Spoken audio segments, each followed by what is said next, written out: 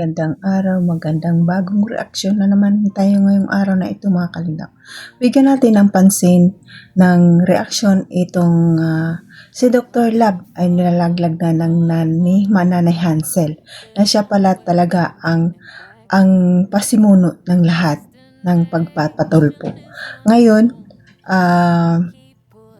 nagkagulo na sila, no? Nagkabukingan na ang lahat. Pero bago dyan natin pag-usapan, batiin ko muna kayo ng magandang araw, magandang gabi kung sang sulok ng mundo tayo naroroon, mapa-Pilipinas, pa-OFW, kamusta tayo lahat.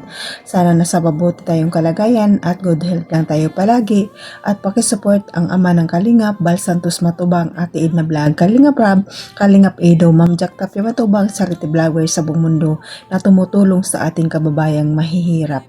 At mga dyan ang keyboys at tractors at mga kasama naming reactors sa KSSD, supportaran natin mga Kalingap. At ang inyong lingkod na laging nagpapalambing sa inyo, Jasmine Survive channel. Kung hindi ka pa nakasubscribe, please subscribe and don't forget to hit the notification bell para updated ka sa aking mga video na ina-upload mga Kalingap.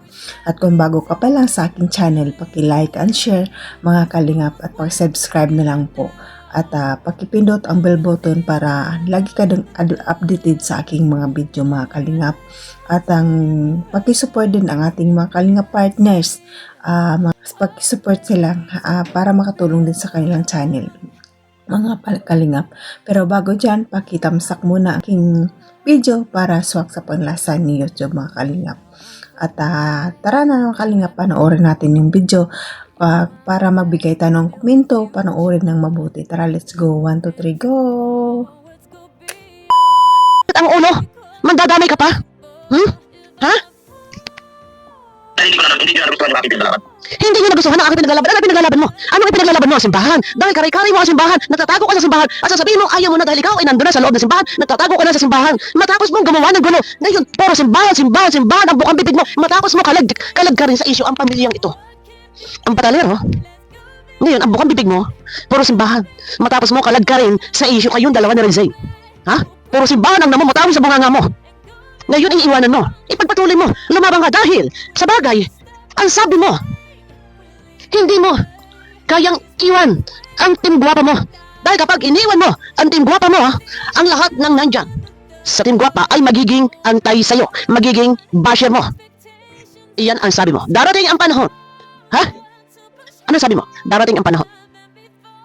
Magiging okay ang lahat. Na ano? Eto na. Sinisimulan mo na iwanan at naghahanap ka ng taong sasakit ng ulo para humawak sa grupo mong Team Warak. Ha? Simbahan lang ako. At ayaw ko ng gulo. Ayaw niya ng gulo? Sa simbahan lang daw siya, ayaw niya ng gulo. Matapos mo gumawa ng gulo sa tanang buhay ko na 6 na taon. Ito yung pinakamalaking gulo na umantong, humantong sa si Kuya Balay ipinatulpo. Itinaon pa ng kasal ng kanyang anak. Ang laki ng damage, markado.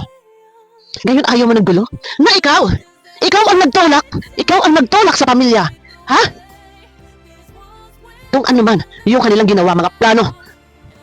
Tapos ngayon, nagmamalinis ka? Hugas kamay ka? Ignorante ka? Inosente ka? Wala kang alam? Ayaw mo ng gulo? Ha? Hindi lang ang pamilya ang dalaga ang kinalagkad ninyo sa isyong ito. Pati si Kuya Bal. Ha? Karay-karay hanggang sa tulpo. Ano? Ang lagay? Ganito na lang naaayaw ka? Ha? Ganito na lang? Ayaw mo ng gulo? Ha? Kung mayroong gustong tumayo dito, kunin na. At hindi ako yan ang Team Guwapa na pinako. Kung mayroong gustong tumayo dito, kunin nyo na yung Team Guwapa. Dahil hindi na raw yan ang Team Guwapa na nakilala niya or itinatag niya. Sino? Sinong tanga? Ang hawak ng team mo na punong-puno ng kamalasan. Ha? Punong-puno ng pagkakasala na ikaw pala ang nagtulak sa pamilya sa mga pangyayaring tulpuhan? Ha? Ikaw? Tapos ngayon, iyong iiwan. Kaya ka bumuo ng Team Guwapa. Ang sabi mo, kayo ang boses ng dalaga. Kayo ang tagapagtanggol ng Guwapa. Ha? Kayo ang tatayo sa katotohanan. Kaya pala, ikaw pala ang nagtulak sa pamilya sa kung ano pa mang nangyari. Patulpuhan, ikaw ang nagtulak. Ikaw ang nagsulsol. Ha? Ang kapal din ng mukha mo, sa totoo lang. Ngayon, hugas kamay ka? Sa totoo lang, kung wala ang Kalingap, wala ka. Diyan sa kinatatayuan mong bahay ng sponsor na yan. Ha? Kaya ka na andiyan sa bahay ng sponsor na yan. Dahil sa Kalingap Ini-promote ka ng Kalingap, tinulungan ka ng Kalingap, ha? Iniangat ka ng Kalingap na ayon sa iyong kwento ng buhay kay Pastor ER. Ha? As in down, na bago ang buhay mo nang dahil sa Kalingap. Pero, eto, di ba? Eto yung iginanti mo sa Kalingap, nananahimik ang pamilya Batalero. Kung may mga problema na kailangan pag-usapan, Kalingap Rab, eto at pamilya lamang ang dapat mag-usap. Pero anong ginawa ninyo? Sinakop mo. Itinulak mo. Ikaw ang nagtulak. Kung kaya mong gawin yan, kung nagawa mo yan, sa kabila ng lahat ng tulong nila Kuya Bal, ni Kalingap Rab sa'yo, ano pa kaya? Itong pamilya Batalero, ha? Magagawa mo rin sa kanila. Di ba? Sa Kalingap, malaki ang pag-asa na bago ang iyong buhay. Sinabi mo yan. Sa Batalero, ano ang may tutulong sa iyo ng Batalero? Para habang buhay na nandyan ka sa kanila at bantayan mo. Ngayon, ano sabi mo, ha? Iiwan mo ang tingwapa at magiging independent ka. Ayaw mo na ng issue. Ayaw mo makipag-away. Kalingap, ayan, diba, booking na si Doc Lat, no? Sila din naglagan, no? Kasi noon talaga napansin ko talaga yan si Doc Lat na hudas talaga. Kasi marunong siya magmanipula ng tao, marunong siya magdadaldal, mag ano ng utak mo ba? Parang paniwala ka talaga sa kanya. Kasi marunong nga siya, di ba? Yun ang nangyari sa pamilya. Ayan, ang sabi ng pamilya noon, di ba? Hindi sila magpasolsol dahil may sarili silang utak. At ano nangyari ngayon? Di ba? Sabi niya, si Doc Lat din naman ang nagtulak sa kanila magpatulpo. Ayan. Kasi kung tutuusin talaga, tingnan natin, iba na, ano natin, no? Pag, hambing-hambingin nating lahat. Wala naman talagang kasalanan si Kuya Bal at hindi talaga ganun kasama ang sinabi ni Kuya Bal. No? Pero binigyan talaga ni Doc Lat ng mga kahulugan. Siya talaga ang pasimuno ng lahat at mga anti-Kalingap na nagsursol. No? Ayun nga, naisip-isip ko yung pagpapatulpo nila, di ba, nung una. Baka scripted din yun. Memorize ni Beyonce, memorize turo ni Doc Lat. Di ba mali-mali ang sagot niya doon? Kaya siguro memorize na, kaya mali-mali ang mga sagot niya. Kaya yun, parang masabi natin na scripted, no? Baka tinuruan ni Doc Lat kung ano ang mga sasabihin. Kasi yung mga binaparatang nila kay Kuya Bal, wala yan eh. Hindi naman ganun kasama ang mga sinasabi ni Kuya Bal. Ang pinakasakit pa doon, bakit sa araw pa ng anak ni Kuya Bal, di ba? Ang sakit yon, habang buhay yun na nandyan sa puso.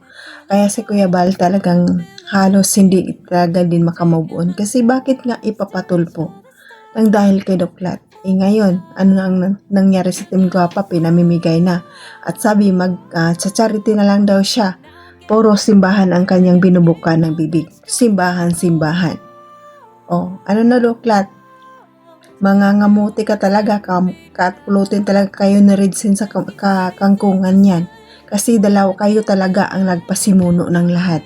Kung hindi nyo dati ina-announce na dinala si Beyonce sa liblib na lugar ni Kalingap Ido, hindi sana yan ang nangyari. Kasi nagkaayos na sila ni Kalingap Rabi, nagkamayan na.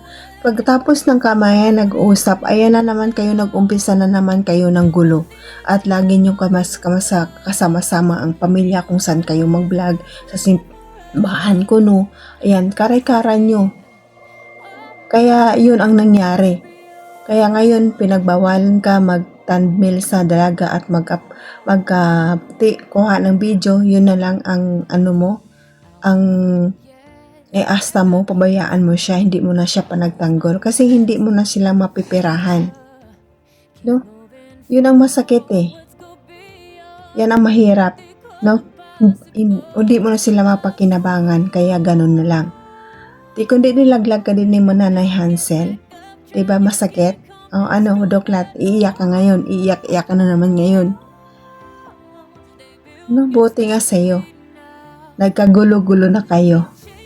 Diba sabi ko talaga noon na walang baho na hindi lalabas. Lalabas at lalabas talaga yan. Kahit ano mo pa katago yan, talagang lalabas at lalabas yan.